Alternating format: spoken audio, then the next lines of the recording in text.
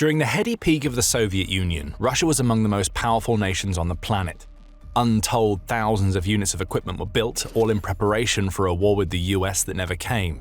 Little did the Soviet warmongers of the past know that their descendants will be using the equipment they built decades after its sell-by date.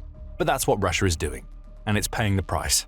Russia has been forced to deploy rotting Soviet armor as its reserves are depleted. Why? Ukraine obliterated everything else.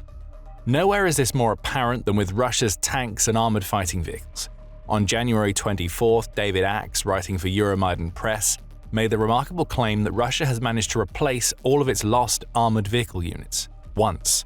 But those replacements came from the rotting reserves Russia had dating back to the Soviet era. Now those reserves are gone. Burned through just like so much of the armor that Russia sent into Ukraine.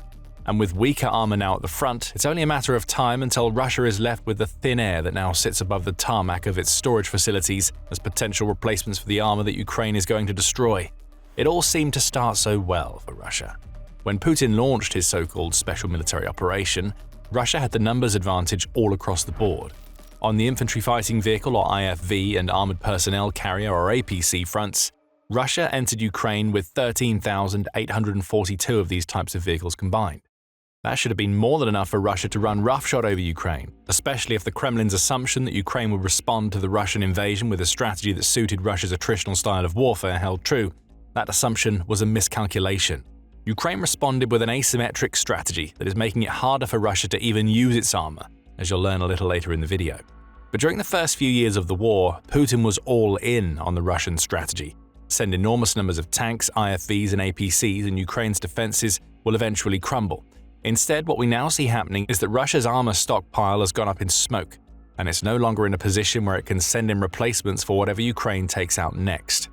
The numbers make for terrible reading for Russia, even if you only look at the numbers of confirmed tank and armored vehicle losses. Those numbers come from Oryx, which runs a live tracker of Russia's military losses that only accounts for the weapons that Russia loses that can be proven using photographic or video evidence made available to open-source intelligence communities. Even with this self-imposed limitation, Oryx records that Russia has lost 4,308 of its tanks, along with 8,735 of its AFVs and IFVs.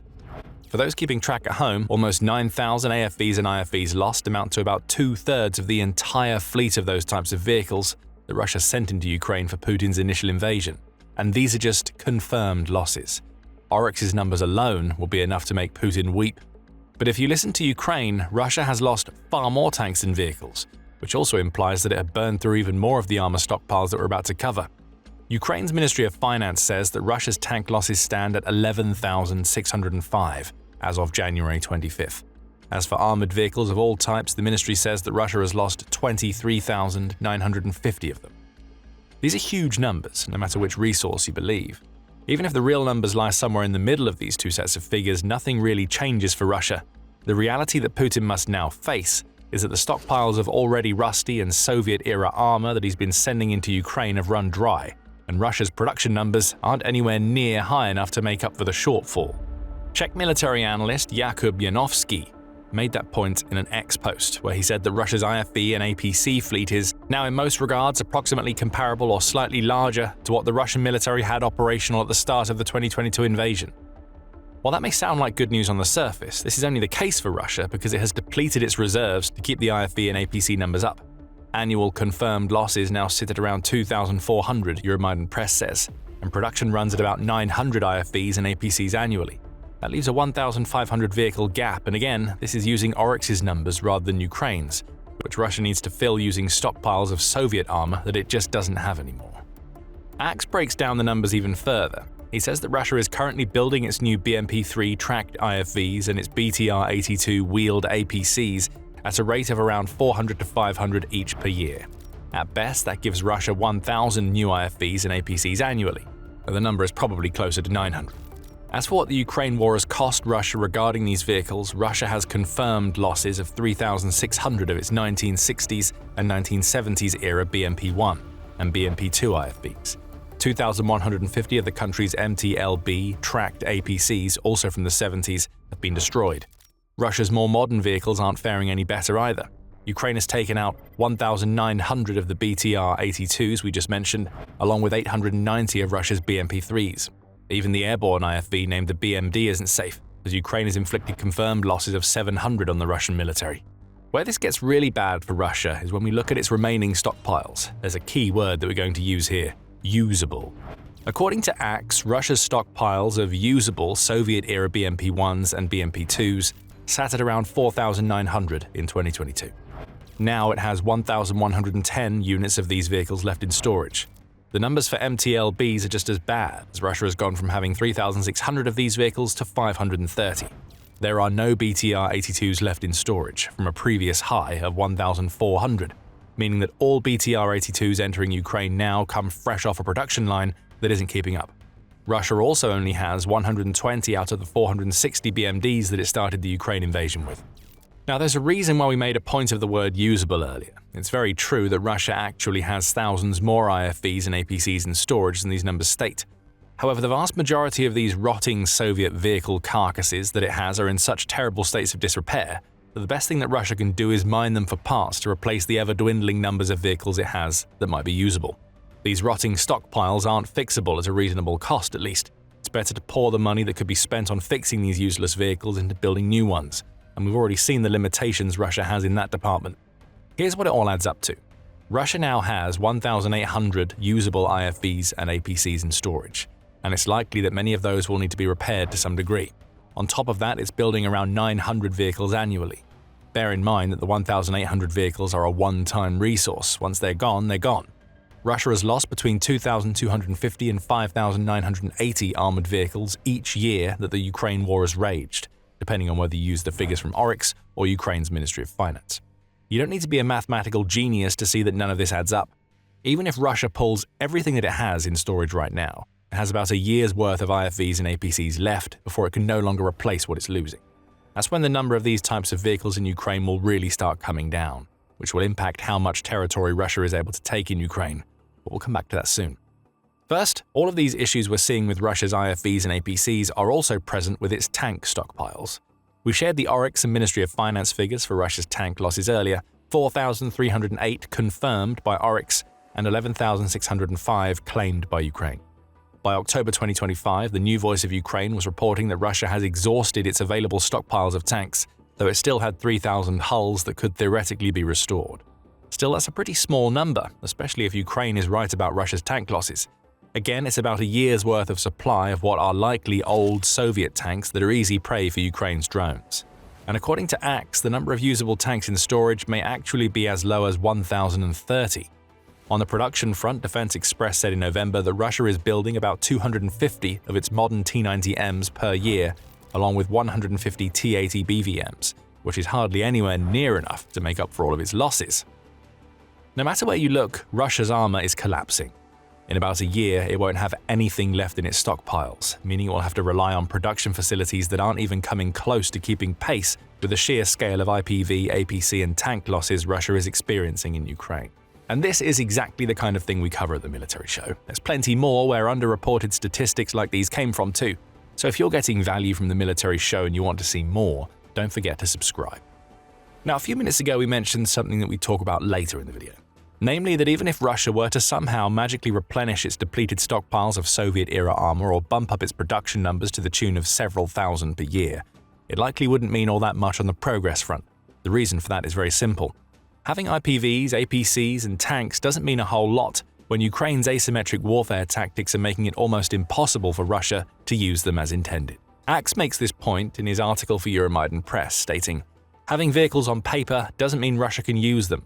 Ukrainian mines, drones, and artillery make mechanized advances practically suicidal." He has a point. Russia's soldiers have grown increasingly distrustful of the armor that the Kremlin provides to them, assuming they receive any of that armor at all. United 24 Media made that point in a June article, where it stated that many of Russia's armored vehicles focus on firepower ahead of protection for the soldiers contained within. It brings up the example of the BMP-3 IFV that we discussed earlier. That IFV has a 100mm main cannon and a 30mm main gun, both of which can be formidable weapons if the Russian soldiers driving the vehicle are able to get within range of Ukraine's troops, but often it can't. Its armor is just too thin to withstand blasts from Ukraine's mines and especially its first-person view or FPV drones. The same goes for many of Russia's other armored vehicles. BMP-2 has side and rear armor that can be penetrated by using heavy machine guns, and frontal armor that's just 16mm thick. That's well less than an inch, and size matters when a kamikaze drone is bearing down on you. BTR-80 is even worse, as its side armor is just 7mm thick and can be penetrated by a heavy machine gun from a range of 500 meters or around 1,640 feet. Imagine that you're a Russian soldier. Your commander tells you and some of your comrades to load yourselves into one of these vehicles to take on a Ukrainian position. Only you're miles away from that position, and you know that there is a massive kill zone filled with mines, drones, and perhaps even Ukrainian units waiting in ambush at specially created choke points. Are you going to risk driving through a kill zone in a so-called armored vehicle that can be shredded like paper by almost anything stronger than a standard rifle? Of course not. You'd probably prefer to go on foot, and you're going to find out soon why that doesn't work either. We just touched on the damage that Ukraine's FPV drones can do, and they have become the biggest barrier to Russia using what few armored vehicles and tanks it has left in any appreciable manner. We only need a handful of incidents from the last couple of days to illustrate. On January 25th, UKR Inform reported that Ukraine's unmanned systems forces had destroyed 2 tanks and 29 vehicles in just 24 hours. On the same date, Defense Express shared a video of Ukraine's FPV drones hunting down and constantly bombarding a Russian turtle tank until it was destroyed. These aren't special types of tanks, by the way. Turtle tanks are Russia's way of trying to deal with the problem of most of its tanks coming from the Soviet era. T-62s and T-72s are wrapped up in makeshift modifications, often welded armor shells, that make them heavier and harder to drive in exchange for some scant protection against drones. It mostly doesn't work. Ukraine just has to send a few more FPV drones to take out one of these tanks. Desperation has become Russia's only form of defense, and we see that in the armor alternatives that it's fielding in Ukraine. As Axe points out, last year Russian regiments effectively parked their armor most of the time and instead attacked on foot, motorcycles, or even horseback. Lighter, smaller modes of transport stand a better chance of evading overhead surveillance. Of course, a better chance of evasion doesn't mean a 100% chance. Far from it. Russia's horseback rides may be trying to channel the spirits of their medieval ancestors, but that doesn't mean much when Ukraine's drones find them and bear down. Russia is trying to hide this particularly desperate tactic behind a mask of bravado and reverence for the brave, and certainly not terrified to the point that they're happy that they're wearing brown pants, soldiers who are dying on their horses. On January 7th, Forbes even reported that Russian media had tried to praise the so-called inventiveness of the soldiers attempting attacks on Ukraine's defenses while on horseback.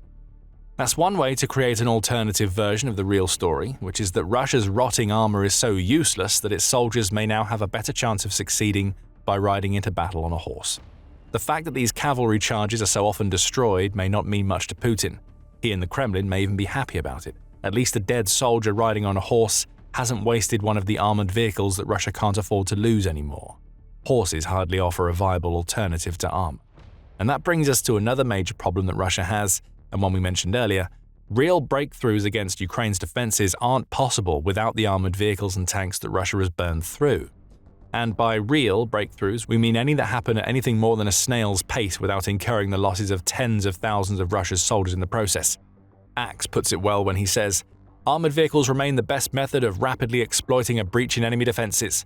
That Russia can't deploy them for their intended purpose means that, barring a total collapse in Ukraine's defenses, the Kremlin has no way of breaking through."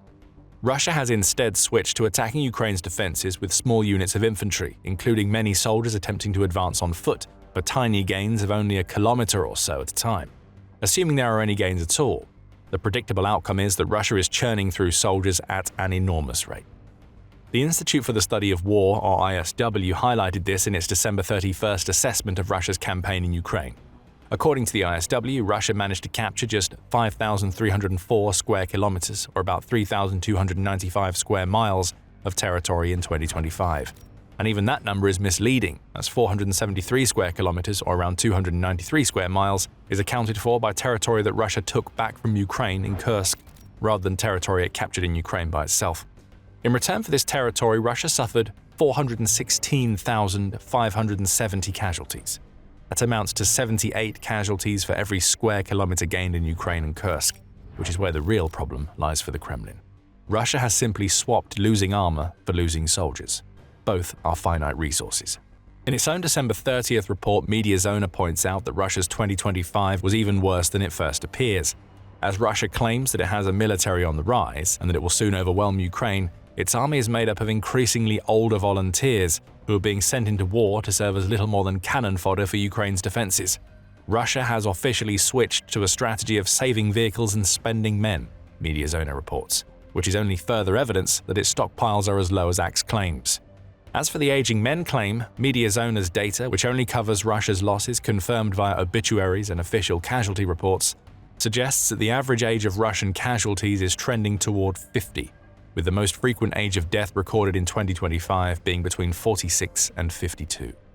It seems that sending middle-aged men to do the job that armored vehicles and tanks can't do isn't working out too well for Putin. Russia has at least recognized this fact. According to Forbes, Russia has been experimenting with new tank tactics that it believes stand a better chance of achieving success than the tactics used before. Now, Russia is pairing 2 tanks with a small fleet of drones. The drones buzz around, coordinating fire and providing the tanks with greater spatial awareness, all as the tanks continuously switch positions so they can lay down fire without becoming stationary targets. Of course, Russia hasn't solved the problem of dealing with the fact that Ukraine's drone operators typically operate from outside of a tank's firing range, meaning FPV drones can still attack and take out the tanks long before they reach the Ukrainian defenses on which they want to fire.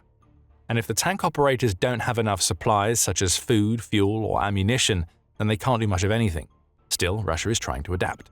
It just looks like a case of too little, too late, and it doesn't do anything for the many lost IFVs and APCs. If anything, Russia is just placing greater pressure on its already strained logistics, Forbes says, which may mean that this new strategy is a non-starter. While all of these problems amount to very bad news for Russia as it attempts to make gains in Ukraine without losing the rest of its armor, there are also issues for the future. Russia wants to build a military that's strong enough to take on NATO, and it's not going to do that when dealing with so many losses. Fear is creeping into the Kremlin, as it knows that there is one European country in particular that could ruin Putin's future plans. Find out what that country is in our video, and if you enjoyed this video, remember to subscribe to The Military Show for more coverage of how the Russian war machine is literally rotting from the inside. And thank you, as always, for watching.